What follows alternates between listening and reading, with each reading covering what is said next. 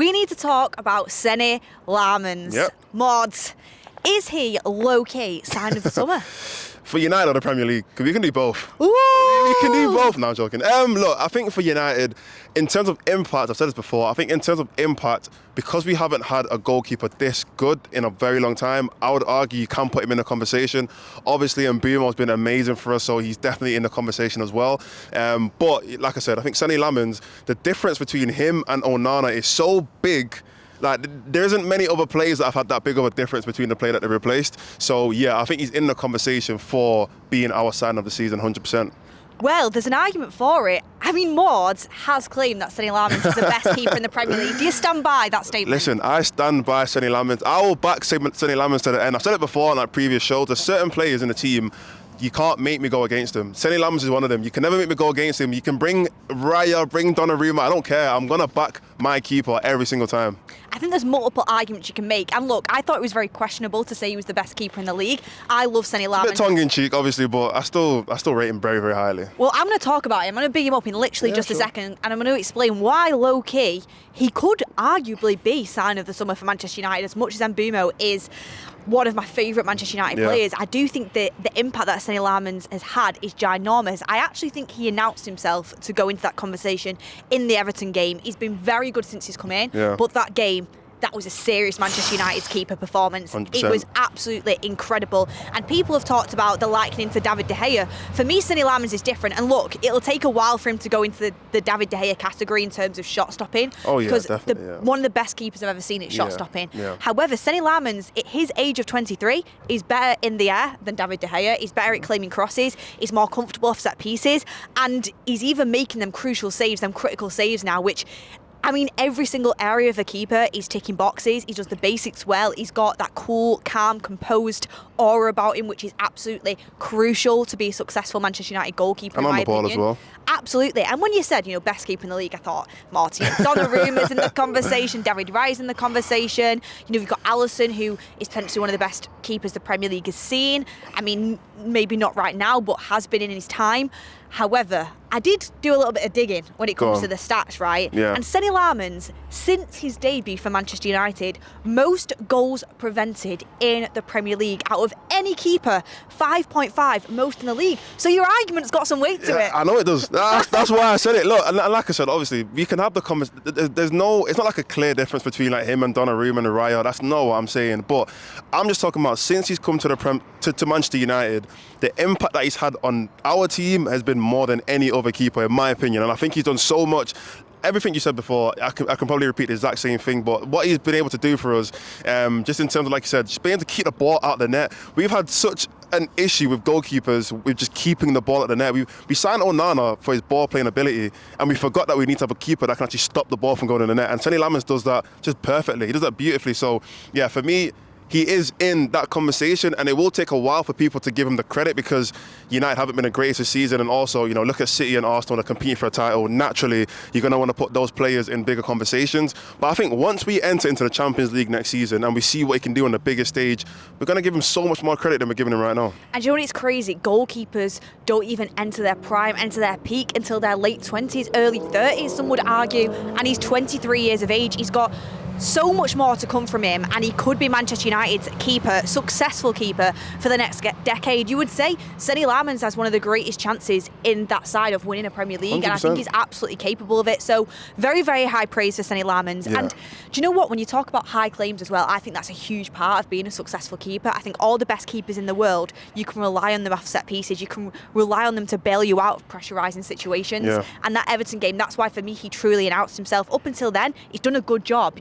He has kept the ball at the back of the net. He's done the basics right. His distribution overall is pretty decent. Yeah. It can get better, but it's decent, and it's definitely something that I think you can look towards the future and say, you know what, he takes it comfortably on his left foot, on his right foot. It's exactly what you want from a keeper. He's comfortable, but when you can be that guy to get you out of them pressurising situations, especially at 23 years old, the comfortability that puts in the fan base, the crowd, the comfortability that puts in your defensive line, the confidence it gives to your defensive line and your whole team, it can win you big amounts of points over the course of the season. And if you had the likes of Senny Lammens in goal in that opening game of the season against Arsenal, you argue that Manchester United come out of that game with at least a point, and it's points like that you can pick up.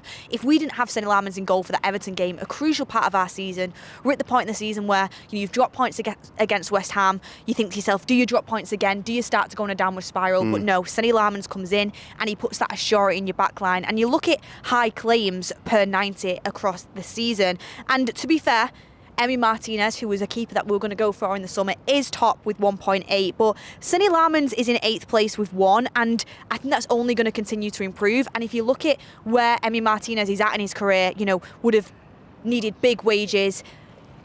He is aging. He's still at a good age for a keeper, but he's aging and he's not exactly got a decade left in his career. You've got Senny Lammens learning, improving. You've got time on his side. The wages are smaller. The price is better. Overall, that Senny Lammens deal is looking like a good one. Is that proof, Mauds, that we should maybe trust these scouts moving forward in terms of recruitment in the summer? Oh, I think that's a good question, because the last window I can see was actually pretty good. 4 out of 4 hits. Yeah. In different ways. Yeah, in different ways. And I think the good thing with Senny Lammens was the fact that his price as well. We didn't go and spend however much, 70, 80 million on a goalkeeper. And, yes, if we went and spent that much, and we probably would have got a really good keeper. We spent, 20 million on him? And let's be honest, most people, if not everyone, didn't know who he was. Someone went out and found him in the Belgian league, playing for Antwerp, and he realised, there's a potential... Baby Courtois. Yeah, baby Courtois. Someone went out and found the potential in him, and he's obviously, it's definitely paid off. So I think in that sense, 100%, I think they've done very well with signing him. But I do feel like now, it's difficult to say, because the positions that we need next, we can't go out and get a young, let's just see if it works or not. We really have to go and get like a top world-class midfielders or fullbacks, etc. So let's see how the scouting department does in that area now, but we can give them a little bit of credit for finding Senny Lammens, yeah. But then also, and I agree with you, like when I'm looking towards the midfield for this summer, I'm thinking you've got to go and get Elliot Anderson, you've got to go and get a proven player, and I absolutely think you have to do that. I'm not discrediting that at all. But in the summer, I was saying you have to go and get Emi Martinez. He's proven, he knows the league. He's a World Cup winner. He's going to come in and he's going to do a good job. And we went for Senny Lammens, and I thought, I'm going to back him. I hope he does well. But I didn't think he'd be as good as he has been. And maybe that is proof that if you actually do have the right scouting going on, and if you actually do trust your scouts, you maybe can take a bit of a risk if it's the right player. Maybe beforehand, when we have taken the risks, it's not been the right players that we've taken a risk on. And you look at the fact that, before, this football club has scouted the likes of Caicedo, before he even went to Brighton. Declan Rice. We've scouted Declan Rice. We scouted... Jude. We scouted Jude Bellingham. We scouted John Duran when he was at Chicago Fire. I know his career isn't exactly gone the way that a lot of people would have hoped, but he was incredible for Aston Villa when he was in the Premier League at a young age. We scouted Camavinga at a young age. We have scouted well in the past, and it's trusting them scouts. And sometimes you just got to go out and sign the big name. And you could argue if Caicedo didn't get the game time at Brighton and have that development to come into his own, he might not be the player that he is today. And you can argue a player's pathway makes them who they are. But I do think sometimes you do have to trust your scouts a little bit more. You do have to trust the people that are paid the big money in them areas. And I think Senny Lammens is an example of that. So very, very happy with him. Very, very happy with his development. And we could be sat here in 5 years' time saying he's one of the best post-Fergie signings, because that's how much of an improvement he is. And I'm not saying he's going to thank Onana for that. That was a dark time for Manchester United, but I think the fact Onana was so poor and so ill-equipped to be the Manchester United number one has definitely made that step forward into Senny Lammens much better for Manchester United fans, and is giving much more confidence, a warmer reception. And when he came into the first team, when he just caught the ball, people were clapping in the crowd. So it was always going to be a step up from Andre Onana. But I think because Onana was poor, it can also go the other way sometimes. And you can have fans saying, well, everyone's only giving Senny Lammens such big credit because Andre Onana was poor. No, Senny Lammens in his own right has been a very, very good keeper for us. I think he's only lost...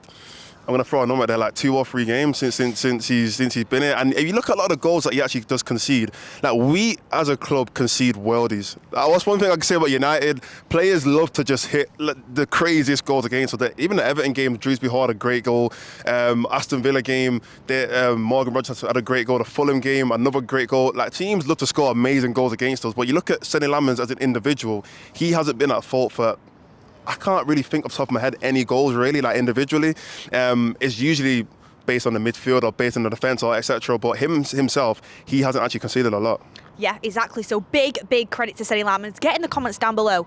Is Senny Lammens your sign of the summer? And do you think he could go on to be a Premier League winning goalkeeper? Because he's got time on his side. And just quickly before we wrap up with our final thoughts, I do want to say this. We talked about his goals prevented. I now want to talk a little bit about his save percentage. So I've got some of the other top keepers here. Well, as I said, Senny Lammens, most goals prevented in the league with 5.5. By the way, you look at David Raya, who I genuinely think is on for keeper of the season. I know he's made a couple mistakes. Goals prevented for him, minus 2.4.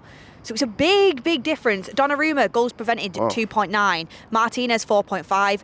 Alisson, minus 2.